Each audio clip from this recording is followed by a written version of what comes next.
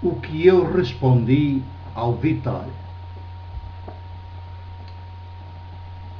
Por este título já estão a perceber que vou dizer para vocês uma correspondência que troquei com o Vítor, uma das muitas pessoas que entra no meu livro Quando a Fé Move Montanhas, e que é um livro que contém muitos e-mails que eu recebi de pessoas, a maior parte das quais eu nem sequer conheço pessoalmente, e aos quais e-mails eu respondi com outros e-mails meus.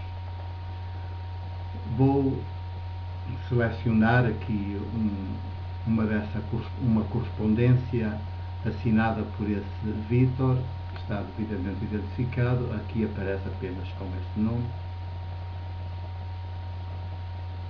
e que vou ler a mensagem, que começo por ler a mensagem que me enviou e depois as respostas que dou às questões que ele formula de forma concreta. Portanto, o que eu respondi ao Vítor. Primeiro, a correspondência dele. Diz assim: Padre Mário, de uma coisa me alegro. Creio que os dois temos lugar preparado lá em cima, ao lado do nosso Pai. Eu sei que só Jesus é o caminho, a verdade e vida. Até por isso digo a meu pai, católico, daquele tipo de ir à missa por obrigação, para ele pelo menos ser católico realmente, que creia nos fundamentos base do catolicismo. Claro que fica complicado para uma pessoa que nunca pegou na palavra de Deus ter o discernimento do que está mal ou bem.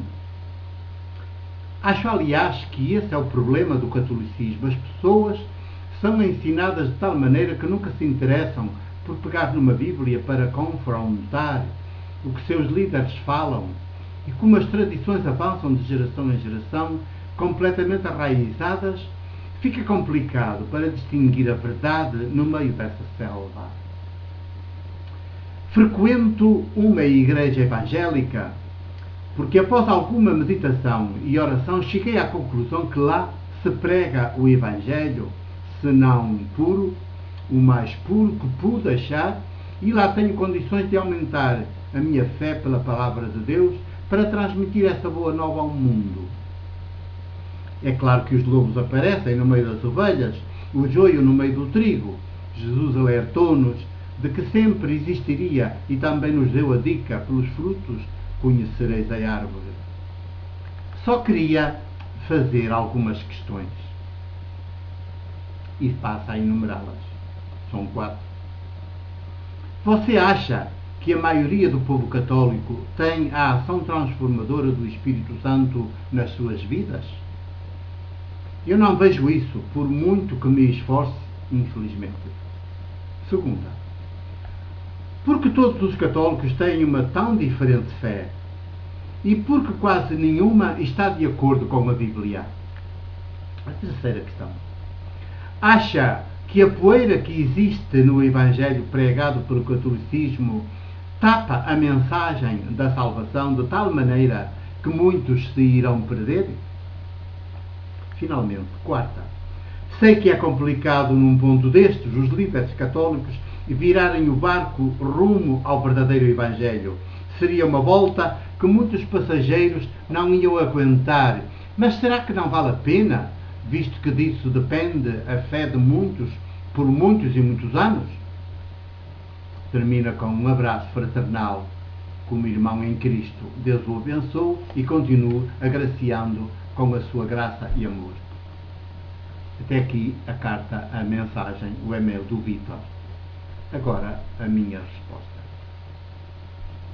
Caro Vítor, pertencer a uma igreja evangélica, que seja, não garante mais salvação do que não pertencer a nenhuma. mais do que um privilégio em relação aos demais, pertencer a uma igreja é uma responsabilidade. Por isso, não presuma da salvação assim com tanta facilidade.